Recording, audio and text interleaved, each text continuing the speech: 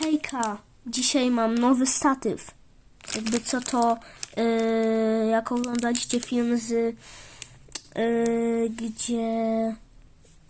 z Wielkanocy, to właśnie w tym dniu też to nakręciłem, bo akurat dzisiaj to przyszło.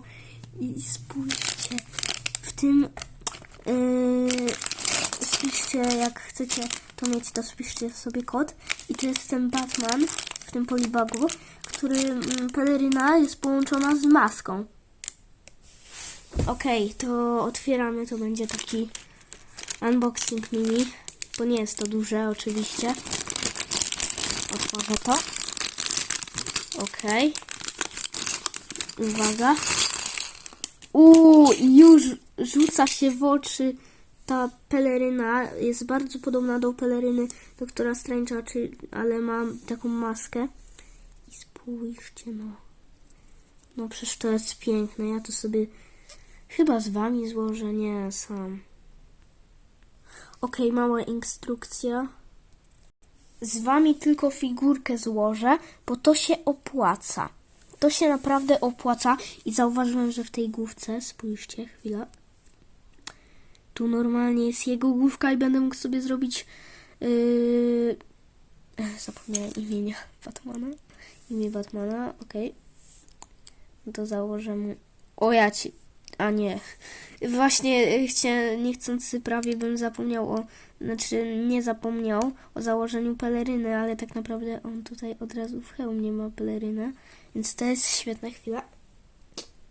Poprawię sobie. O, dobrze. No naprawdę fajne. Spoko to jest. Jest. Jeszcze teraz nóżki. No. Mam katar. Nie no, nie mam kataru, tylko po prostu. Omówimy go później. Nie sądziłem, że tak długo będę to składać.